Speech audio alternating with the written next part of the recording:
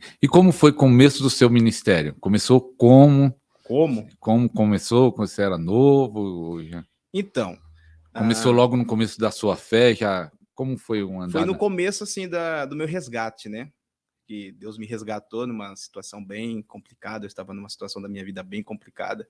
Eu vi um resgate de Deus mesmo. Deus entrou poderosamente na minha vida e ali eu tive um encontro muito forte com o Espírito Santo, né? E passei alguns meses na igreja e não tinha nenhum ministério, não tinha nenhuma visão, nada. E chegou um momento que eu fiquei duvidando acerca do que Deus queria comigo, porque eu tive um encontro poderoso, só que até então eu não conseguia entender o que ele queria. Aí aconteceu que, vou até entrar, né, numa dos temas aí, que é a transferência de unção, como ela é importante, né, quando ela traz uma profecia. Nós vamos falar isso aí de mais profundo aí. Então, aí isso daí tinha o quê? Um ano na igreja? Nada, tinha 3 meses. 3 meses. O que acontece, né? Eu fui tocado por Deus com 17 anos. E eu saí, né? Tive um encontro ali rápido com o Espírito Santo, eu aceitei Jesus e eu saí. Não consegui permanecer porque toda a minha família até então não era convertida. Quando eu cheguei em casa e contei para minha mãe que eu tinha aceitado Jesus, nossa, foi a batalha. Todo mundo começou a rir da minha cara, ridicularizar. O meu pai falou, meu filho, né? Porque eu era do mundão, do pagode, do samba. Imagina. E aí eu não consegui manter. Então depois... Não aguentou a pressão. Nossa, demais. Aí quando eu fui com 24 anos, ó, de 17 para os 24 anos, 7 anos, que seria o jubileu. Nesses 7 anos, o senhor foi e me pegou com 24, ele me resgatou. Aí ele falou comigo, depois de muita coisa acontecer, que aqueles 7 anos que eu fui roubado, ele restituiu em 1 ano. Eu vivi 1 ano daquilo que eu teria que ter vivido em 7. 7 anos. 7 anos. E aí, depois, vamos dizer, você começou o ministério profético, depois dessa palavra profética? Sim. Aí você começou a ministrar, a pregar? Então, depois que a gente começa a pesquisar mais, né? O interessante é quando você tem a experiência, muitas vezes você precisa também ter o conhecimento para você saber o que está acontecendo com você. O ministério profético ele é muito voltado com revelação, com palavra de conhecimento, palavra de sabedoria, profecia. E uma das características do profeta é os sonhos. Os sonhos dos profetas são muito vivos. Desde criança, sempre tive sonho muito vivo. Você já tinha antes mesmo de se converter? Sim, muito vivo, assim, eu não entendia, porque eu sentia dor nos sonhos, eu sentia a realidade dos sonhos, quando eu acordava, eu estava sentindo aquela mesma realidade. Muitas vezes nos sonhos eu sentia que eu estava sendo perseguido, eu acordava com sensação de perseguição, às vezes esfaqueado, eu acordava com sensação de estar esfaqueado, procurava, tô sangrando aqui, o que é isso? E ninguém sabia o que era também? Não, eu guardava para mim, eu não falava para ninguém, falei, pô, acho que deve ser alguma coisa comum, né, eu tô ficando louco, tal, e vida que segue. E sentia algumas coisas quando criança, alguns vultos que eu via, algumas manifestações, algumas sensações de alguém que ia chegar em casa, coisas assim que até então eu não sabia que era palavra de conhecimento. E eu tenho até uma das perguntas que eu preparei, vamos dizer, você foi ativado, começou a ministrar e já tem isso desde novo. O dom profético, ou os dons no modo geral. Eu já até perguntei para vários pastores isso também. A pessoa desenvolve, porque tem pessoas que recebem e vai crescendo, ou já recebe naquela dimensão forte na sua vida. Você já foi algo forte já desde o início, ou foi algo que está desenvolveu? Olha, eu acredito que vai do chamado e da dedicação da pessoa, né? Eu recebi numa dimensão e hoje eu já estou em outra. Sim. Porque a unção também, né, quando você carrega, quando você consegue entender como a unção funciona, você ministrar o dom debaixo da unção, a potencialidade dele é muito maior. É muito maior. Então, quando eu recebi essa palavra, e juntamente com a unção, eu entendi o que Deus estava falando comigo, o que ele queria de mim. Justamente no dia em que eu falei, não quero mais saber de igreja, porque Deus não tem nada comigo. Porque todos os lugares que eu quero servir o Senhor, na minha comunidade que eu servia, não queriam, eu não deixava eu fazer nada.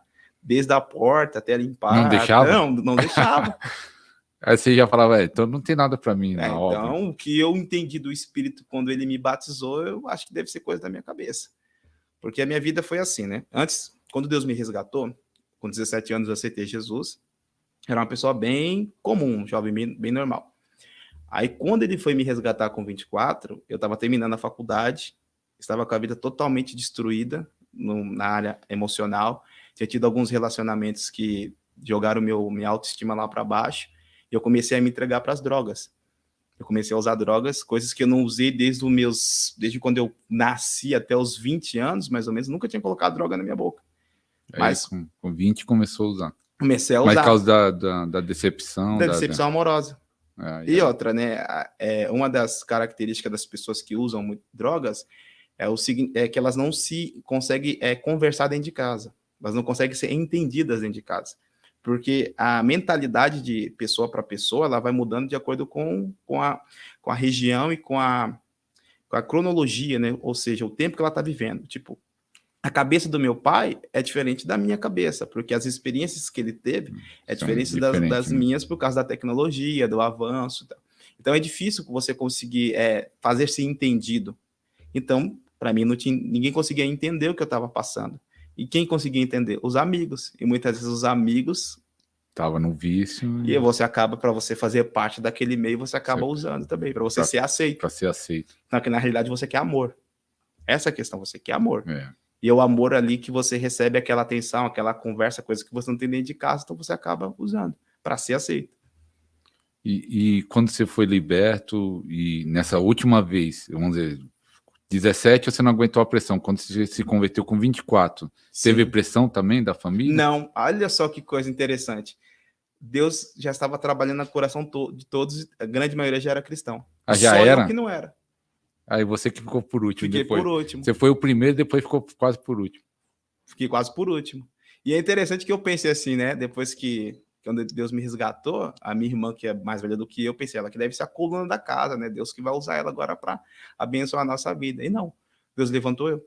E ela foi um instrumento que profetizou que Deus iria me levantar. Para ser coluna da casa. Olha só que interessante. O vinho, né? O cálice de vinho, o cálice do sangue, lá de Santa Ceia, é um elemento profético, porque ele anuncia, né? Ele faz uma anunciação. Quando eu estava no mundo, eu voltava para casa 5 horas da manhã, 6 horas da manhã, madrugada toda usando drogas, chegou um momento de eu usar tanta cocaína que meu nariz sangrava. Chegava em casa com o nariz sangrando, com o coração disparando, pronto a ter uma overdose. E a minha irmã começou toda a Santa Ceia que tinha na igreja, ela trazia para mim um cálice. E falava, para que eu quero isso? Tá doida? Ela trazia para você tomar? Ia fazer eu tomar. Tome e fica quieto. Ela acreditando que aquilo lá ia te purificar. Que de alguma forma... Ia purificar, libertar. Ia fazer alguma coisa.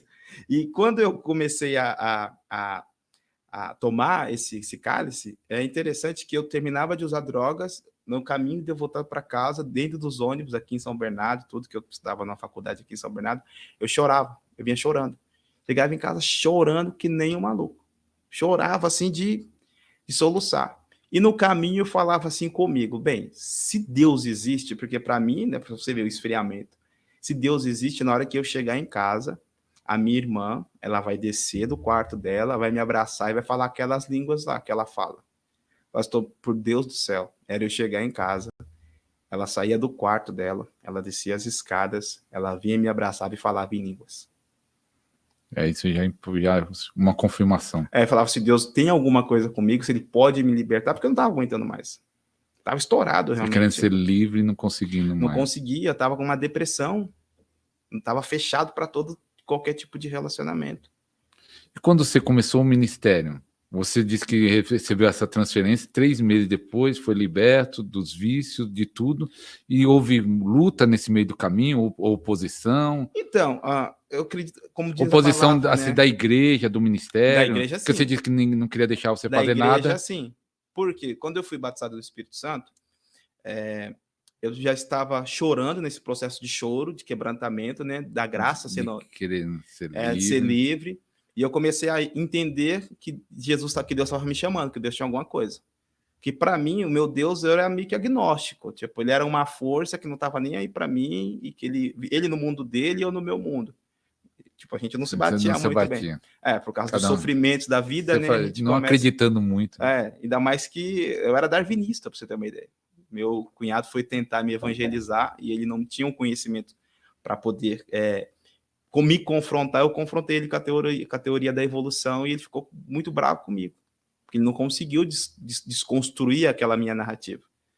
E isso é muito complicado, né? Porque às vezes você vai evangelizar alguém, você precisa ter tipo de conhecimento para você poder, né? E também orar, né? Porque tem tempo que a semente não, o coração não está pronto para receber a semente. Né? Então você vai jogar palavras ao vento. E quando eu fui batizado no Espírito Santo, eu me lembro que uma semana antes eu tive um sonho com Deus, né? Primeiro sonho assim, que realmente foi com Deus. Eu sonhei que eu estava numa montanha, sabe aquelas pontes antigas lá daqueles filmes do Indiana Jones? Que você vai andando assim, vai quebrando aquelas pontes. Então, tinha duas montanhas. Aquela ponte estava apontando para mim, eu estava numa montanha, e aquela ponte me levava a outra. E eu sentia uma energia, algo me levando a andar naquela ponte. Eu tenho um pavor de altura, tenho um medo de altura. E eu começava a andar naquela ponte, à medida que eu andava, as tábuas, elas iam se quebrando. Tipo, não podia voltar para trás. E eu cheguei até a outra montanha. Quando eu cheguei na outra montanha tinha um computador.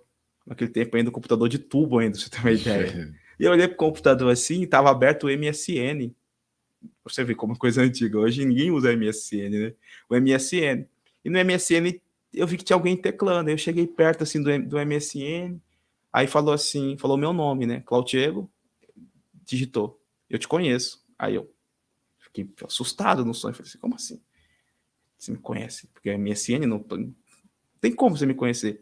Eu sou Deus. Na hora que ele digitou eu sou Deus, eu comecei a rir. Mas ri que nem um louco. Ele falou, por que você tá rindo? Tô falando pra você, eu sou Deus, eu te conheço. Ele começou a me contar desde quando eu nasci até o momento que eu estava passando. Esse sonho foi quando você já estava, né? Eu estava voltando. Acho que umas 3 semanas antes dele me batizar no Espírito Santo. E então ele me deu esse sonho e ele começou a falar comigo e falou assim, eu sou seu pai, eu te amo. E quando ele falou isso, no sonho, toda a atmosfera mudou. Eu senti 2 braços fortes me abraçar, e quando ele me abraçava, eu ficava em posição fetal, como se eu fosse um bebê. Ele me embalou ali no sonho e eu senti um amor que eu nunca senti na minha vida. Toda aquela mágoa, aquele rancor, todas aquelas frustrações que eu estava carregando, dissipou 90%. Eu acordei... Um sonho profético. Profético, né? Profético. Porque ele estava me chamando para um caminho que eu não ia poder voltar mais.